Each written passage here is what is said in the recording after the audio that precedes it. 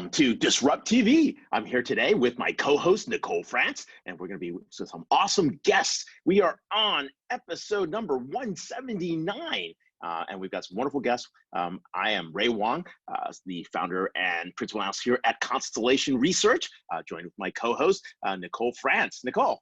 Thanks, Ray. Well, I am stepping in for the inimitable Vala Afshar. I am also a principal analyst and vice president at Constellation Research, focused on all things customer experience, which I managed to find a way to weave into just about everything. So that makes life more fun. We're joined today by two fantastic guests, Romi Neustadt and Vijay Sundaram. Romi is up first, and you may have heard of her from either her most recent book, which is How You Can Have It All, but Just Not at the Same Time, or her previous book, Get Over Your Damn Self, The No BS Blueprint to Building a Life-Changing Business. Both of these books are the byproduct of Romi's own personal experience, starting out as a lawyer, then a PR executive, and trading it all in to become an entrepreneur. And along the way, becoming a mother to two children and trying to figure out how to be a healthy human being without losing her mind. So thankfully for us, she's on a mission to help other women and other people really to have it all as well. So Romi, thank you very much for joining us. I'm absolutely thrilled to be here to talk about how to have it all. Well, it's a good question, right? Because it's one of those things that, like it or not, I think we all, especially those of us who are used to having some sort of high achieving results in our lives, sort of feel like we ought to have. But I think the reality feels a lot different than that for most people. So tell us a little bit about how you got to this point of understanding. Well, first off, I think that the concept of having it all has gotten a bad rap. And it's because we're having the wrong conversation. We're confusing having it all with doing it all. And we most certainly can't do it all. I know from personal experience in trying to raise fast-growing kids, build a fast-growing business, nurture a marriage with an aging mom in the mix, trying to nurture myself and do a whole host of extracurricular activities. I have to tell you, I was drowning myself. And like so many other people, it was leaving me stressed and exhausted and feeling like a failure. And really, I wasn't even present in my life. So I had to figure out a way to recalibrate my life so that I could be living the way I really wanted to live while high achieving and while enjoying all the things that were part of my life. Well, go on, Ray. Yeah. Oh, no, that's a great point, right? And what's happening, right, is people play different roles and personas in their life, and you sometimes forget that, right? I mean, you are a wife, a mom of two, right, a entrepreneur, a life coach all at once, but how do you put that all together, right? You had to take a different approach, and I think that's really what people that, in terms of the folks listening here and watching are probably wondering. So what I had to do is finally own up to the fact that my life wasn't working the way it was. And so I went to my husband, John, and I said, honey, I need to run away from home for a couple days because I gotta figure this out. Now you might think that he was shocked or said, wait a minute, but he actually had been watching what was going on. He even had suggested a few things, but we all know, right? Until we're ready to accept that there's a problem and make a change, it's not gonna matter. So he said, baby, you go. So off I went.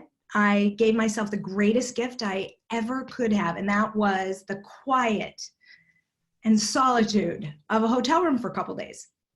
Now, just as a little aside, I'm not suggesting that everyone who is watching needs to take themselves to a hotel room. You can even kick everybody out of the house, section off a day for yourself, lock the bathroom door, whatever it takes, but just give yourself that time. Now, it was in this gift of quiet in the hotel room. I was armed with some books and a laptop and a journal, and I just did some digging. I had lost sight of what I really wanted. And it was there that it dawned on me. not once, not ever. And I was 42 years at the time. This was 7 years ago, so I'm 49. Not ever did I stop to think about what my priorities were. Oh, and come on, baked goods. I want baked goods and brownies. I was going to say, but it's kind of hard, right? Because you get caught up in what you think those goals should be. And those aren't necessarily the things that you really feel like you want to have in your life, right? So you just said something that is so important, and I was doing the same thing. I said priorities and you said goals. That's the problem. All those years, I had been confusing priorities and goals. I was always a goal setter and a goal slayer. And I thought my goals were my priorities, but they're different things. They're different things. Let me explain. Our priorities are the things that are most important to us in life right now, present tense, that not serving them is non-negotiable. Okay, for example, I've learned over the years, a perennial priority of mine is I make healthy choices every single day, because I know if I'm not healthy in body and mind, well, everything else goes to pot, okay? Now, our goals are something different. This is something in the future that's important enough to us to want to invest time, effort, and energy to attain, okay? Priorities are present tense, goals are something we're working toward. But here's where the important magic comes in. If our goals don't serve our priorities, that's when we feel unfulfilled, scattered, stressed, and like we're spinning our wheels, because we are. We're wasting all this time on things that aren't truly important to us, and that's what I had been doing. So once I figured this out, my priorities and the goals that serve them, I had my roadmap of where to spend my time, what to focus on, and what to let go of. And that started the transformation.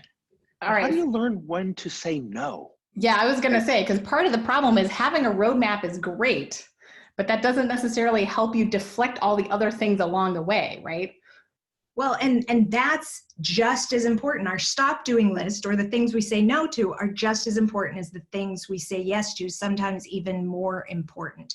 So one of the things that I love to teach folks, and I write about this in my new book, is, first of all, you have to look at every single thing you're doing in the course of a week and every single thing that goes on your to-do list, and you need to categorize it. Is this serving one or more of my priorities and goals?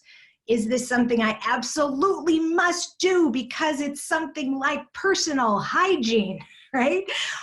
Or, and this is where you get a lot of your time back and your sanity, is this something I think I should be doing? And it's the shoulds that don't serve our priorities and goals. I argue that most of us are shoulding all over the place. Those are the things. That's a t-shirt. That's a t-shirt. It is. We're going to add that. Liz Miller and I have a whole set of t-shirts that we've got planned, and that one makes it on the list for sure. All right, let's go into this together, baby.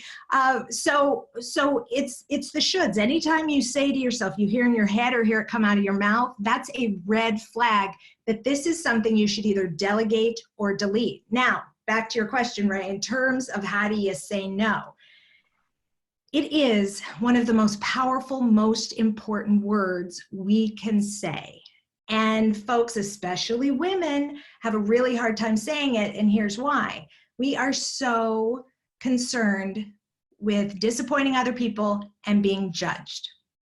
But what I've personally found, and all of the tens of thousands of people I've coached, is when you say no authentically and unapologetically, it's received really well and you feel really great about it. And I say no every single day. I just had to say no to something yesterday, and it was received incredibly well. No, I can't serve on your fundraising committee because I simply don't have the bandwidth right now. And you deserve to have someone who can put in the time and attention that this deserves. I know it's going to be a great success. And thank you, really, for thinking of me. Now, do you notice I didn't say sorry? No. Okay, and I'm on a mission so that everyone says no without sorry, because if you are living according to your priorities and goals, if you're living your truth, you are not sorry. Well, you know, the other interesting thing to me about that is that what you're really doing is you're giving yourself clarity, but you're giving all the other people that are interacting with you clarity as well. So I think to some degree, there's nothing worse than either putting off a response because you want to do it, but you know you can't, and you don't want, as you say, you don't want to disappoint someone. So that leaves the other party in the lurch as well, right? Either not giving an answer or not giving a clear answer, or as you say, you know, halfway committing, but kind of knowing that you're not really going to be able to do it. And ultimately it falls apart, and that leaves everybody feeling bad. And it's fascinating to me because hearing you articulate it in that way just kind of reinforces something I've gotten to in my own life as well, which is there's no more powerful moment than when you say no and you really genuinely mean it. And not in a harsh or antagonistic kind of way, but just that you know exactly where your limits are and you know what your trade-offs are, and you're not willing to budge on that. Absolutely. It is such an incredible relief. And it's also the right thing to do. So everyone, go to your inbox and go to your voicemails, your text messages, and all those invitations or requests for your time that you're not responding to. All right, let's put on our big girl and big boy panties and just respond and say, no, here's why, thank you. Mm-hmm. You know, and you also add something really important. There's a reinforcing behavior that you talk about, right? How to build that and build the habitat, build habits around that, right? And I thought that was actually pretty interesting because, for example, I mean, you raise a good point, right? Maybe you feel like you should be baking brownies or making Rice Krispie treats for your kids for X, Y, and Z all the time for a bake sale or something. Or maybe you feel like you should be responding to a request at, you know, whatever time during the work week for a boss, right? All these things actually come into place, but you got to figure out which one's getting you to your goals. So how do you build habits though? Like, how do you train yourself to build habits? Because I think a lot of folks don't know where to start. Well, first of all, I think a lot of folks have tried different ways of adopting habits in the past, and because they haven't been successful, they label themselves weak or ineffective or failures. And I just want everyone, please give yourself a break, and it's not your fault. A lot of the time, we don't stick to habits because we're not clear on why we actually want to start the habit in the first place. Habits, right? Habits help us solve problems. Okay, so here's a perfect example. And again, I'm going to revert to health because everyone, no matter what your profession, you can relate to this. So for years, I was trying to reach this goal of being a certain weight or a certain size. And so what I would try and create habits that would dictate either exercise habits or eating habits, okay? But when I finally figured out what my priorities were around this, around health, it's about feeling healthy and vibrant. It's not about being a certain number on the scale or on my pant label. It's about being as healthy as I can be. So my goal instead became about eating as many plants as I could every single day. And when I tied that to my true priority, I was emotionally invested and I understood it. And so I was more able to keep to that goal now for years. And the other thing that people have to understand is we are human beings and we are going to fail. We are going to stumble and we cannot beat ourselves up. The trick with habits is, okay, you screwed up one day, the next day you got to get right back on the horse. And then finally, please don't try and adopt 100 million habits at once. I mean, I don't know about you guys, but I haven't found that superhero costume. Doesn't work.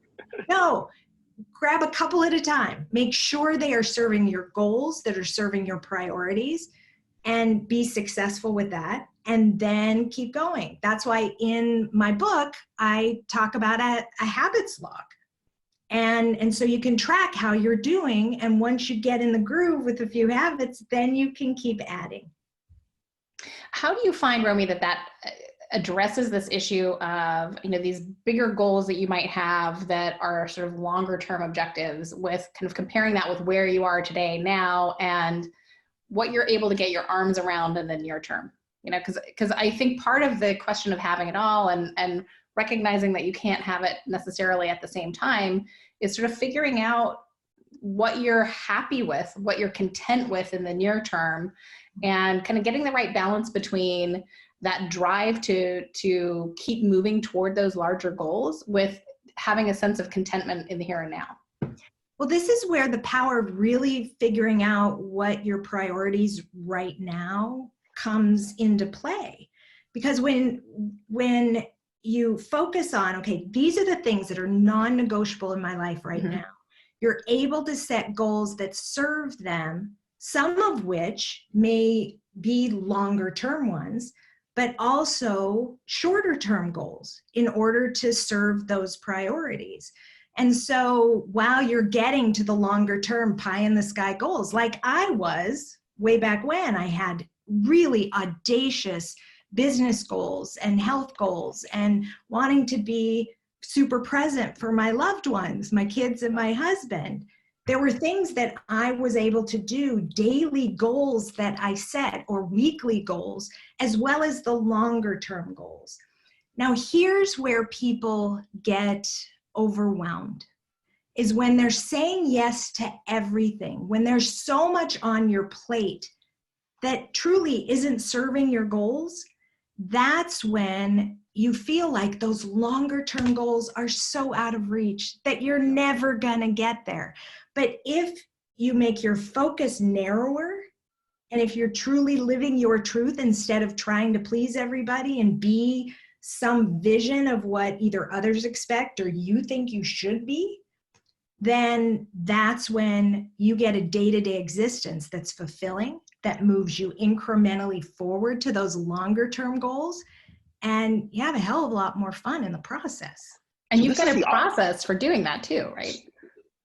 Absolutely. So in addition to this figuring out what your priorities and goals are, one of the other things that I make sure everybody I coach does is you have to spend time every single week looking at your week ahead, and every single thing that goes on your calendar, personally, professionally, you name it, goes on there, and you have to measure it against whether or not it's serving your priorities and goals. And if it's not, guess what? It gets deleted or it gets delegated. And you not only do that once a week, but you also then every night before you shut down, because things change during the week, guys, right? The you know what can hit the fan and schedules get the shitting hits the fan, right? Yes, yes. The shitting, not the shooting. There you go. So you have to take a look and recalibrate things and juggle things and move things around, but so that you are entirely aware and proactive with what your schedule looks like. And so it's only the stuff you really want to do. And for those folks who are watching who are in a partnership or a marriage, it's really important to have those weekly powwows. We call them traffic meetings in our house with each other, and make sure you're well aware of what each other is doing, how you both need to work together and juggle and carve out time for each other so that both of you are serving your goals and your priorities. So this is part of what you're talking about, living authenticity, living authentic around there. Now, what do you do when it comes to family, right? Because we could all have our individual goals that we're pursuing, and then maybe we don't take care of our kids along the way. Like, how do you create that balance? Because I think a lot of people are struggling with that. I struggled with it, and look, this is a daily struggle. Just because I wrote the book on it, guys, I want to make sure everyone understands. I too am a work in progress. This is not a one and done thing. I'm constantly referring back to all of my tools that I've created and the mindset tweaks and all of it. This is where, and I know I keep going back to it, but that's why it's so important that people take the time to figure out priorities, because if you've got kids, 99.9% of the time, if you're digging deep, your kids are going to be one of your priorities. And you can only have 2 to 3 priorities at any one time. Whoa, that in and of itself is pretty good to know. Okay? I've just been cut off. You've been cut off, baby. That's right, because you can't do it all, okay? So 2 to 3 priorities. So within that, your kids, your family are probably gonna be one of them, okay? So one of my, again, perennial priorities, the words may change a little bit, but it's always around making sure I'm present in the lives of the people I love, which includes John and the kids and my mama. And so if that truly is a priority and you're being meticulous with measuring everything that's coming at you, what you say yes to, what you say no to, according to those priorities and the goals that serve them, you will find the time. But you're gonna have to say no to other things. Wow. So I've got a question. I'm scared. Yeah, exactly.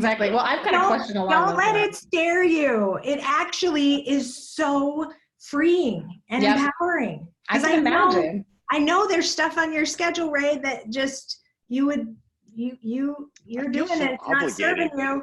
Yep. Well, I've got a question on that, Romi, because, I think sometimes there may be not shoulds, but they're the things that you feel like you need for yourself. And sometimes there's a question about whether they're genuine needs that help keep you, whole and happy, or whether they're just indulgences. And I'm curious if you've got a way of handling that one, because, sometimes the line is a little bit hard to define. But I would argue, why is an indulgent not something that's actually serving you? Why are you judging something? I like that. I'm going to keep it. But you understand what we do to ourselves all the time, and especially I feel so selfish. Especially women. But listen, selfish has the word self in it. Selfish and self-care, I think, are super important. Sometimes I am selfish. I have to put myself first. So, for example, is twice a month massage selfish? No, it's self-care. Is it indulgent? Abso-freaking-lutely. Is it part of keeping me healthy? Absolutely. Yep. So it's serving my priorities. So actually, it is a goal of mine. Twice a month massages. I make it happen. I like it. So I get rounding this one out here. Sorry, go on, Ray. No, I was just doing a quick programming note for those following. We're here with Romi Neustadt, author of You Can Have It All, and not all at the same time, same damn time. So want to make sure I read that right. But we're here talking about ways to look at life balance, and definitely for lots of folks. I don't know, probably a couple more questions, and then we're going to have to, unfortunately, exit this, but definitely a lot to learn. I think people should also remember to catch the book. You can available on Amazon and other places in bookstores. It was released January 14, 2020. Congratulations. So, Thank you.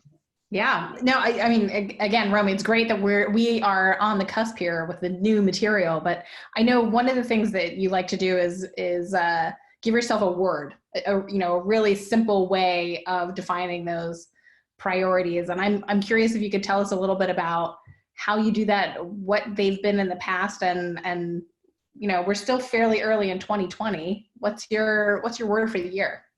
So this one word concept was the very first thing I stumbled upon back in that hotel room 7 years ago. And this was long before it was a thing, right? No cute little washer bracelets. They were talking about it on the Today Show, but it really resonated with me to have this mantra, kind of a battle cry of what the year would stand for. And way back then, may not be a surprise to you after hearing what I was going through, my word was balance.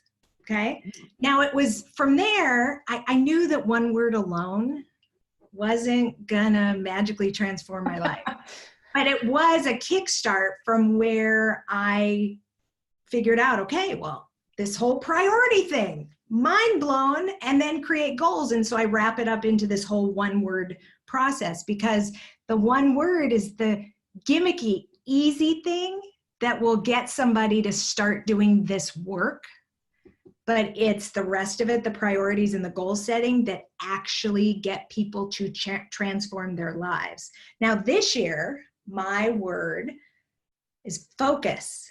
Because with business still growing like crazy and we're expanding into another country, we're going into Japan, and with the book coming out and all the interviews and speaking I'm doing, I knew that I had to practice what I preach and stay completely focused on what's really important to me, because the stuff that's coming at me, guys, it's getting exponentially big, which is why I'm saying no a hell of a lot more than I say yes. Well, as you enter Japan, you're the Marie Kondo for life. And we are here with Romi Neustadt. And thank you so much for being on the show. You can follow her on Twitter at ROMINUSTADT. And we'll catch your book. And of course, please come back on sometime. So thank you so much. I loved it. Thanks, Here's Romi. to your all, both of you. Wow. That's very powerful. I probably could learn a few things there. No comment. No, we all could. I mean, and that's the really interesting thing. I mean, so much of life is about making trade-offs, and it's really hard to make trade-offs if you aren't clear on what you're trying to move toward ultimately, right? So it makes a whole lot of sense. I'm just not good at saying no, but our next guest is good at saying yes. So he's one of the folks that are most interesting, doing some very interesting work. Nicole, I'll let you do the introductions. Absolutely. Well, and I think focus is probably a really great segue to introducing Vijay Sundaram, who is the Chief Strategy Officer at Zoho. So I know, Vijay, you're also responsible for partner and channel programs, and this is not your first rodeo when it comes to being an entrepreneur or being at the early stages of founding a company. Not that Zoho is anymore, but you've done all kinds of things in your professional life. You've led products, sales, business development, finance teams.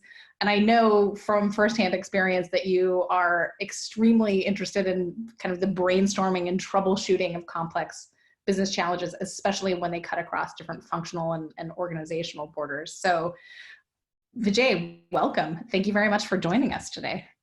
Thank you so much for having me, Nicole. That's a flattering introduction. I should take that back down a notch. No, not a bit of it. Not a bit of it. well, hey, welcome to the show. And I think you're in a great position to figure out what's happening in the marketplace. And one of the things that we're seeing is not enough cool startups, a lot of money chasing after M&As, and crazy valuations. So what's going on here with this kind of like weird industry consolidation? We're going through another wave. And what are you seeing? It's sometimes it's interesting to go back and understand the problem from a grassroots, right? So what's going on here? What people call original cause, or the core of it. I think it all comes down to some sort of what's happening with economic policies across the world over the last 10 years. So that's where it all starts. That's the root cause of this whole thing. So if you look at the largest economies in the world, the US, Japan, China, Europe, accounting for most of the world's economy, you've seen a huge ease in monetary policy. You've seen a lot of free money into the system, quantitative easing, right? My kid knows what quantitative easing is. You're a very smart kid, so okay. I just drill it into their heads. But that's what's going on, right? You've got all this capital, ridiculously low interest rates, right, for extended periods of time. So all of a sudden, there's a lot of money chasing ideas, chasing things, right? People are looking for that extra return, that extra yield, as they call it, right? So that's the root cause. So where that's the macro. Then where it flows into the micro is now you have stock market valuations that are shooting up. We have the highest valuations ever, and then you've got now two things going on: free cash and the ability to have your stock as overinflated stock as cash equivalent. Now you put those two things together, you have a formula sometimes for disaster, a lot of times for disaster, but you have a formula for this activity that you're talking about. People want to go and M&A has become the way to grow and the way to innovate. And you've got the cash to do it, and you've got the policies of the last 10 years that have helped you do it. So I think that's what's going on. But isn't it crazy? Like, we've got risk hedges that are up, right? We've got growth hedges that are up. Like, we've got, everything is up, and yet there's no inflation. Like, is this just bizarre? Are we just in a weird period of time? You know, there are economists writing about this, right? And people are re-examining whether, even you've talked about the Laffer curve and all these economic concepts that people are re-engaging. Should inflation really be going up? Why isn't it going up when everything else is going up? So I think, there's a lot of contrarian economic theories out too. There's so the core of it when it comes down at the micro level is, I think people look at it and say, we've got the cash now, we've got the money now, let's do the deals now, because we don't know how long this will last. And we only see this until we see the next downturn, right? Then it all comes and resets back again, and we forget the state of euphoria that was all there, and all the pockets start to tighten all over again. Well, it's interesting, Vijay, because we have this at the same time. There's a view that if you look at startups and investment in startups, that companies are going much, much longer on private investment before they IPO as well. So there's kind of an interesting pattern here that suggests that, we're almost like skipping over the earlier stages of companies going public at a smaller size. And there's an interesting dynamic there too, both from an investment standpoint and also potentially from an M&A standpoint as well. It makes the targets much, much larger for one thing, right? Absolutely. Absolutely. I think there's you have the largest funds in the world. Look at what SoftBank has, right? $100 billion fund. Have you ever heard of anything like that? And they got a second they got a second one. So when you have money like that, what's happening is building these poor practices, in my opinion. So you've got valuations in the private valuations that can never be matched under public scrutiny. And therefore you've got these people raising millions and hundreds of millions of dollars, and they keep boosting it up. And the whole idea was, if I get out with a private evaluation, I'm setting a floor when I go public. And we've seen how that hasn't held up. Yep. We've seen how that has fallen apart, right? So now we're going to have a reset of this whole story. So companies had an incentive to do these private valuations and all these, even things like private placements, pipe deals, all kinds of stuff have come out because people realize the private market gives them that less scrutiny. That's going to fall out because ultimately at some point, you have to pay the piper. Yeah, no, we have that with the secondary market, the Jobs Act. It's also creating those types of distortions in the market. But what does it mean for startups, right? Is innovation dead? Do we still get to innovate? Do startup cultures have a role? It's interesting to see how M&A plays into innovation, right? So does it help innovation?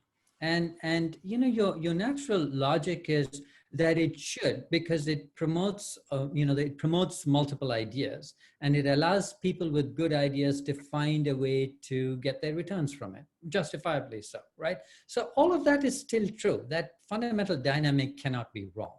But what's going on is you have to look at the innovation from whose perspective, right? Who is it good for? So you have the acquirer, you have the acquired company, you have the ultimate user of the product, and you have the larger economy, right? So if you look at the acquirer or the acquiree, they're dynamic. For the acquiree, it's good because they've got an idea, sometimes not necessarily an idea that's going to pay off. And most acquisitions, as you know, don't work. So a lot of times those ideas don't pay off. From a perspective of an acquirer, it allows them to post their growth and show their returns and show they're acquiring new ideas. It makes sense for them too.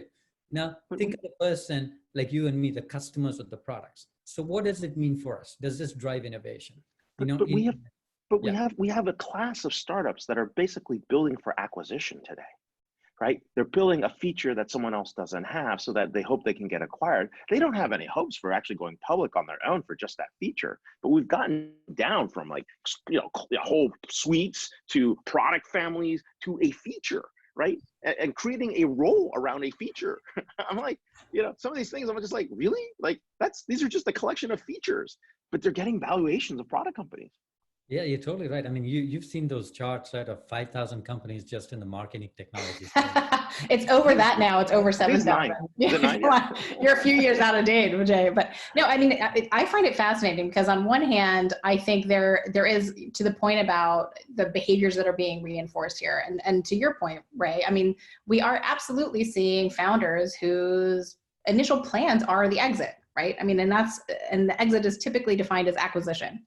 Yeah. But the other thing that I find an interesting sort of corollary to this is that at the same time, I think there is, in fact, a need for focus on, let's call it features, because one of the things that is very clearly the case, certainly in the technology market and the business software market, is that it's actually incredibly difficult to design and build software that really effectively serves a well-defined purpose, right? And I think this is one of the really big dynamics we see going on in the market today, because there's a lot of stuff out there that are, generic and fantastically powerful technology tools, but they still require a very significant degree of vision or imagination, and even to some degree technical ability, or at least sort of design thinking, if you will, kind of structured developer-like thinking to actually make those tools do what you want them to do in a business context. So I would argue that a lot of the more successful, let's call them feature companies that are out there, are actually doing a really good job of applying some of these bigger capabilities to really specific goals and doing that well. And that does have value for sure. But, again, how much of it is standalone? And what then do you do? Is it up to the market to put these pieces together? Is it up to customers to put them together? The answer is probably somewhere in the middle, right? Mm-hmm. Mm-hmm. I think it's a great point. I mean, I agree with the concept that you have startups and innovators that pick on a particular area. They can focus on that more tightly and bring in some new innovation. Like you've seen that in the automobile industry, and as it moves towards self-driving cars and so on. People take pockets of technology, whether it's batteries or whatever it is, and go deep into it. I think inherent to your comment was you could bring in the notion of short-termism and long-termism. Yeah. When you're building a company to with the focus of getting acquired, then now look at it from a macro perspective, not from a view of that company, from a view of what happens over a period of time for an economy. So it sets into motion the kind of innovation that looks for exits or outcomes in a few years, right? So we know that certain innovations take 10 years, 15 years, 20 years. Think of the Japanese in the 70s and the 80s and what they were doing and still are doing. They just don't get credit for it anymore. But they have work on ideas that take 15 years, 20 years. So endemic to this method of massive cash infusion, M&As, quick focus on something tight and something small and do it. The flip side of that is you don't get these large ideas that require incubations, that require larger patient capital, patient innovation, and a long-term approach.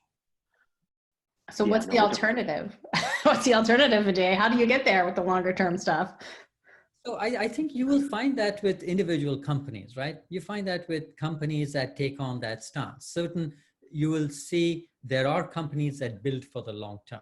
There are companies that take on innovation that we will invest without seeing an immediate outcome in 4 or 5 years, right? So some ways that one way to ask your question is, does the public market reward that? And if you look, again, that depends on the window. If you look at a 5 or 10-year window, maybe not. But if you look at a 20, think of Apple. If you look at a 30, 40-year-old window, yes, it rewards that. And if you're a private company, your rewards are in other places. Your rewards are in acquiring customers, retaining them, building a book of business that lasts a period of time. Wow. Hey, let's switch topics. Something you guys are very passionate about, something we like as well. Let's talk about privacy and what's really going on. We've got, rules like, GDPR that tells you what you can't do. We got rules like CCPA, which kind of tell you what you can do. And then we've got different sets of ethical and moral-based kinds of rules that people are looking at. What are you guys doing about this? As a company ourselves, this is one of the things that we try and hold ourselves to a higher standard than what others would require us to do. And maybe that stems from a notion of parsing the words right. Do you do something that's legally acceptable, or do you want to do something that's morally acceptable? We've talked about this concept. We've sort of worked on this for a long period of time.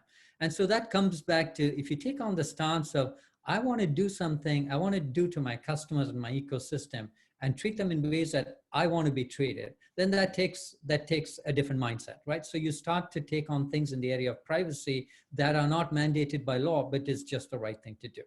And if you see what's going on today, there's the biggest companies are the biggest perpetrators of this, right? This week, there was an article in the Wall Street Journal. I don't know if you probably saw that, which talked about what actually set off the government privacy, stringency on privacy against specifically a couple of companies, Google and Amazon. It turns out it was actually, this person noted their experience of getting in, buying a brand new phone, putting it on airplane mode, turning off Wi-Fi, and putting it in their car and went on a weekend trip.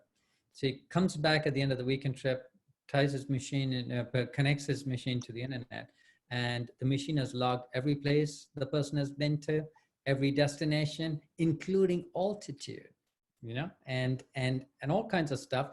And it has sent a dossier to Google, So how did we, and it turns out that this person is actually a lobbyist for Oracle, right? So there is a so there might have been a vested interest there. Is that what you're saying? He's been in K Street for a while. I've known him for a while. I mean, he's kind of like the guy that shows up and things happen. There you go. So you were talking about Ken Gluck. He was in the Wall Street Journal on the front page, right? It's very interesting. Like, this Amazon deal, right, is getting scuttled by, someone that's telling all these legislators that, oh no, this is bad. You want multiple contracts. He's got a point. Right? Like a deal this size, you might want to spread out the workloads and create it so it's even for everybody. Or what people haven't said was there are like 10 more deals this size coming down the pike, right? Which hasn't been said, right? So if you don't know what's really going on, you're like, oh yeah, this makes a lot of sense. It's pretty fair. If you do know what's going on, you're like, oh, that was pretty smart, right? From a strategy point of view. Yeah, absolutely. I mean, the thing is, as a technology company, you're forced to think, how did we let this happen? When did this happen? Where all of a sudden you could be surveilled in so brutally, for lack of a better term, and we just let it happen. Are we in an era now where big tech is simply going to make it unlivable for all tech? So when does this thing, how does it stop? So somebody has to take a stance, right? So you try and do that as an individual company. You try and do that as, okay, I'm not going to do this.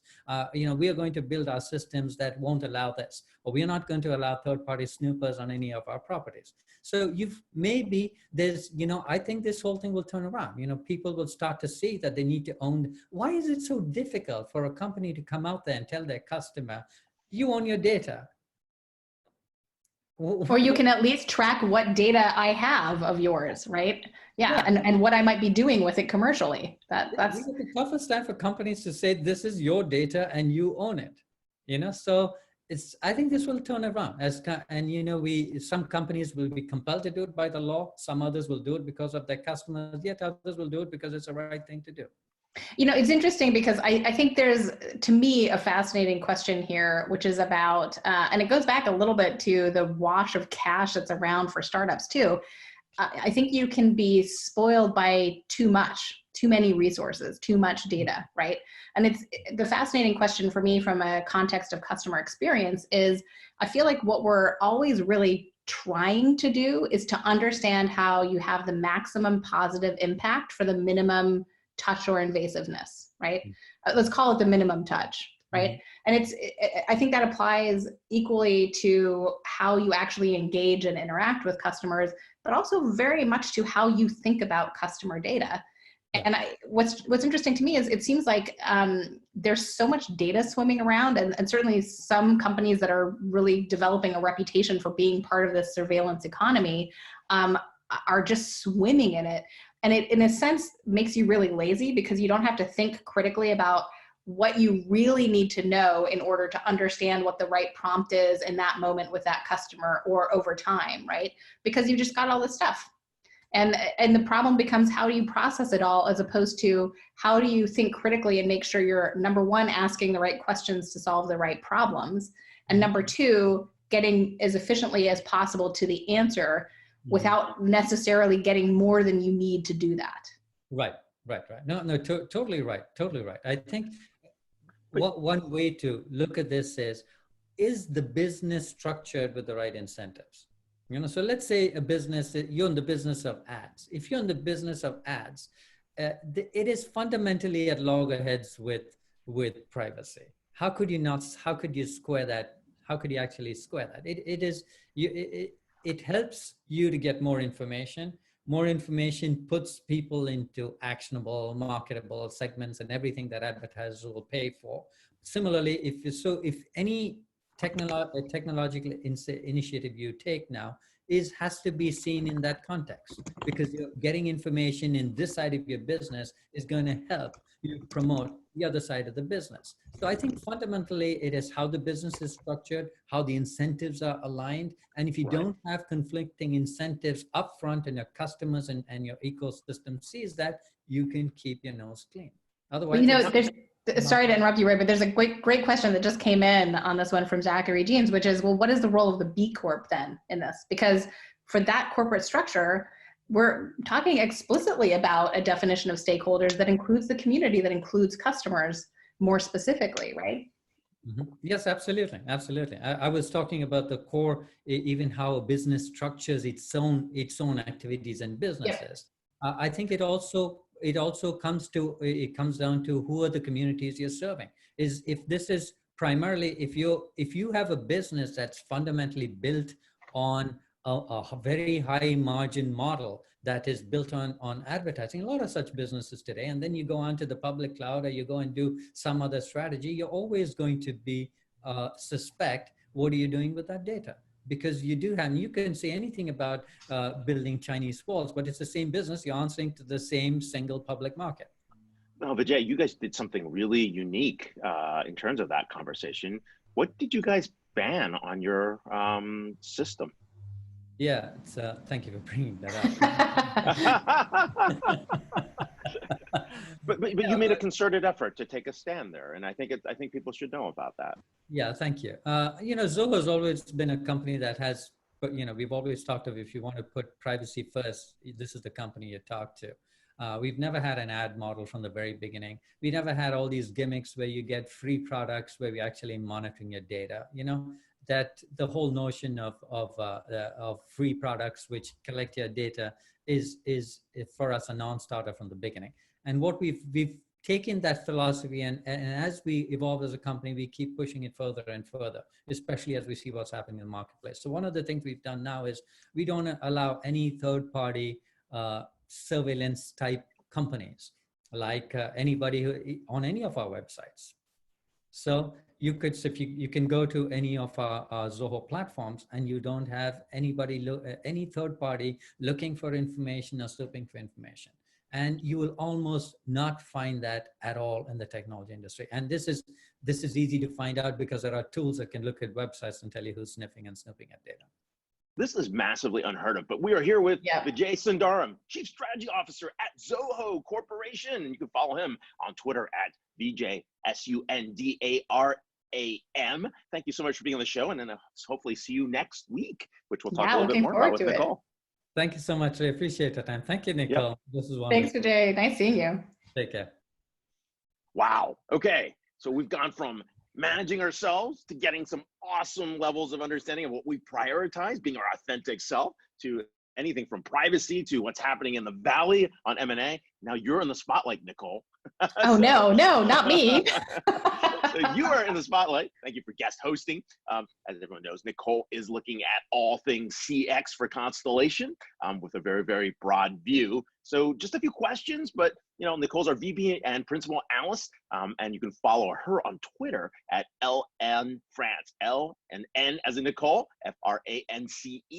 So a couple of things, right? You're working some big research projects. You just finished a CPQ, or you're in the middle of a CPQ, market overview and offering overview, and it plays a huge role in CX. Tell me why that is so important. For me, and it was it was an interesting process, I have to say, because I knew about CPQ. I kind of looked at it fairly superficially, and in doing the market overview, I really got kind of knee deep in the whole subject. And for me, what's really fascinating about CPQ is you can look at it at a high level as a product and pricing configurator. But really the role I think it plays that's fascinating and actually really valuable for companies is in kind of bringing together what the buying experience is for customers and closing the gap with what the selling experience is for sellers. And the reason it does that is because it's really shortening the feedback loop, for one thing.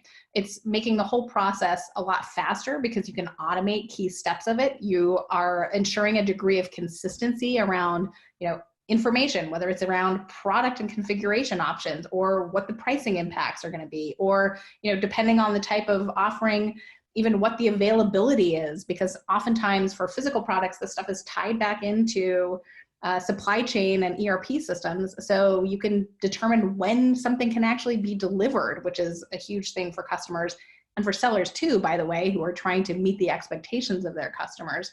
But it's also creating a degree of transparency. So from an individual deal level, I think sellers have a much clearer idea of what they can actually promise and deliver to customers at what price, which is huge. I think sometimes customers, even where these configurators are used online, can come into a salesperson with a pretty good view of what they want already. So there's a tremendous kind of acceleration, if you like, to go from concept to actually signing a deal and having the thing paid for and delivered. But what's also really cool about it is that the company has this set of data and insights that you really wouldn't have otherwise, that becomes tremendously valuable. So you indirectly are saying a couple of things, like CPQ is playing a role in orchestrating an experience. Absolutely. But you're also saying that the way you interface with CPQ is also impacting the perception of the brand. Is it simple? Is it not simple? Do you have something available? Do you have a policy that ties back to me? It's kind of interesting. Most people wouldn't look at CPQ that way.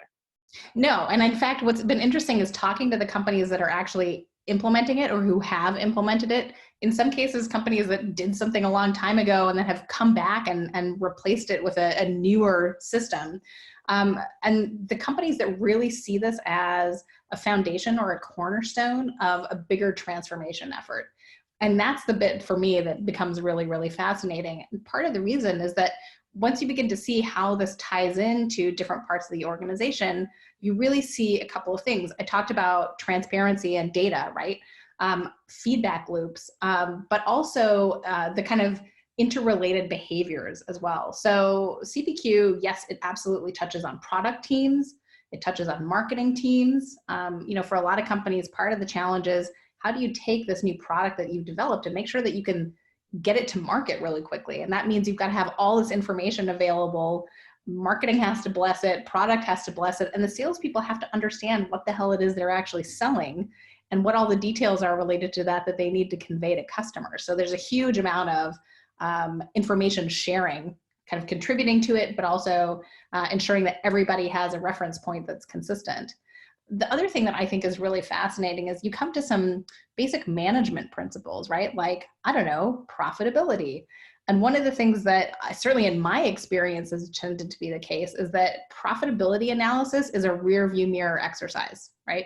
You look at it after the fact. You maybe do it quarterly, maybe monthly if your information is good enough, but you're really going back and doing an ex post facto review. What's kind of cool about CPQ is that if you've implemented it with this goal or objective in mind, individual salespeople understand impact on profitability of a given configuration or deal. Sometimes their compensation might be tied to that, and they can even see what the impact of that is in real time. But also management can see, whether it's sales directors or even higher level execs can take a look and really see what the impact is going to be in the short term of deals that are in the pipeline right now. So that's a huge thing. Right, and that's a very interesting way to get the sensitivity analysis and pricing, right? Trying to understand demand signals, trying to figure out how to back up on supply chains that people wouldn't have normally thought about. So, all right, but switching gears, you've got panels, you've got people showing up at the Ambient Experience Summit. We're hosting that in Atlanta on the 26th and 27th of February at the Porsche headquarters. Talk a little bit about your panels and what you're looking forward to. We've got some good stuff coming up. And I've got to say, I think we are really spoiled for choice when it comes to the folks that we have involved, not just as attendees and panelists, but, Ray, you, I, and Liz all have really big hands in defining the agenda and making it happen. But we're joined also by the illustrious Paul Greenberg and Brent Leary as well. So we've got really a kind of all-star set of folks looking at all things experience and customer experience particularly. I've got a couple of panels I'm really looking forward to. So one is on this idea of a team of rivals, right? So in customer experience, we have this challenge in big companies especially, which is we've got these big departmental silos that often get in the way of building consistently good customer experiences. So we've got marketing, sales, customer service. What's interesting to me is if you set this up as kind of a team of rivals and recognize that, yeah, there is a little bit of inherent friction here, but ultimately everybody brings a very significant contribution to making customer experience and customer experiences really good, then I think you've got something very powerful. So part of what we want to explore in that panel is understanding and recognizing that dichotomy and that dynamic, but also figuring out how to use that to best effect. Right, and people are working in multidisciplinary teams all the time. It's just, they often have conflicting goals, conflicting metrics, right? And it's going to be a very interesting discussion with the folks that are on that panel. Oh, absolutely. Lots of practitioners, which is key. Yep. And you're also doing a fireside chat with Jason Wild at Salesforce. I am. It's going to be fun. You know, so he's his bag is innovation, which at a place like Salesforce is a pretty interesting subject because Tall order. Absolutely. It is a tall order, but it's something they think an awful lot about. So I think we're going to have a pretty good in-depth discussion on that one. I don't want to give too much away, but I think we're going to have some interesting insights into, you know, how the leadership at Salesforce thinks and maybe even what's on the burner, what we should look forward to in the future. Let's see. Right. And there's another one I'm really looking forward to hearing about is really your small mini keynote, redefining CX in an age of ambient immersion. Well, you know, I mean, here's the thing. We talk a lot about the fact that we live in an experience economy today, right? It doesn't really matter what you're selling, whether it's a tangible product or a service or anything else. For the most part, people are really buying the experience at least as much as they're buying the thing they actually spend money on, right? And in some cases, you know, if you are a resort or you're Disney, for example, you're actually selling the experience per se. It's not always quite that cut and dried for everybody else. But in that kind of scenario, there's an awful lot of stuff that happens in the background. And when it happens really effectively, you don't necessarily notice, but it all contributes to a greater whole, you know, that high level customer experience as opposed to just the sum of the individual customer experiences. So that's one of the really big questions. The other interesting aspect of that is, you know, not all experiences maybe should be in the background. So how do you figure out what the balance is? We are also trying to fight for attention. And I think part of the challenge is how do you figure out exactly what kind of attention at what point you want from your customers? Wow. Yeah, this is a very fun conference. We are bringing together the notions of customer experience, immersive experiences, new technologies, AI all into one area. That's why we call it ambient experiences. This is going to be an annual event. In its first event, we've got 100+ guests that will be there and all here in Atlanta talking about what's happening next. And the setting is actually fun. We're at the Porsche Speedway. It's the Porsche Atlanta HQ. And they've got you get tracks for doing some test drives. We've got like a bunch of test drives that are happening in the afternoon. And then of course, some fun, interesting workshops. And then our AX50. And the interesting things from AX50, this is our awards really identifying the top experience leaders out there. Oh yeah, fascinating stuff in the AX50. I mean, we've got a collection of folks in a variety of different roles from all different kinds of companies and sectors that are really trying to push the agenda forward and making a significant headway in doing so toward creating great customer experience. And, you know, one of the interesting challenges, just talking to one of the AX50 recipients recently is, you know, how do you do this effectively in a global competitive environment where you have all kinds of outside factors that may have a huge influence that you can neither predict very accurately nor control. So things like climate, you know, like big storms, volcanoes, health, public health, right? I mean, we already A seeing little Mobile virus, World you know. Congress canceled this year because of the coronavirus. There are huge ripple effects here.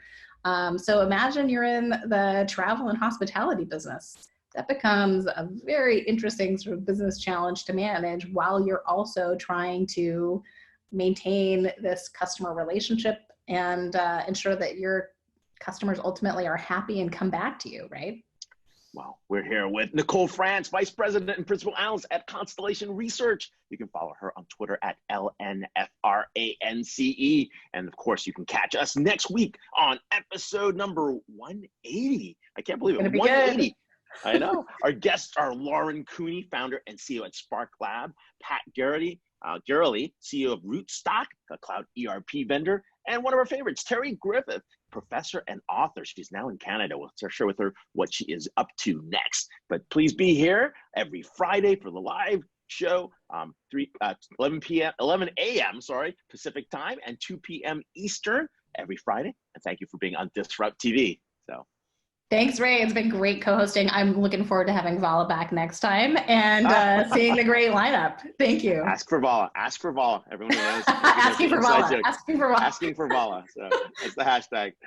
So thanks a lot. Hey, thanks, Nicole. Bye, everyone.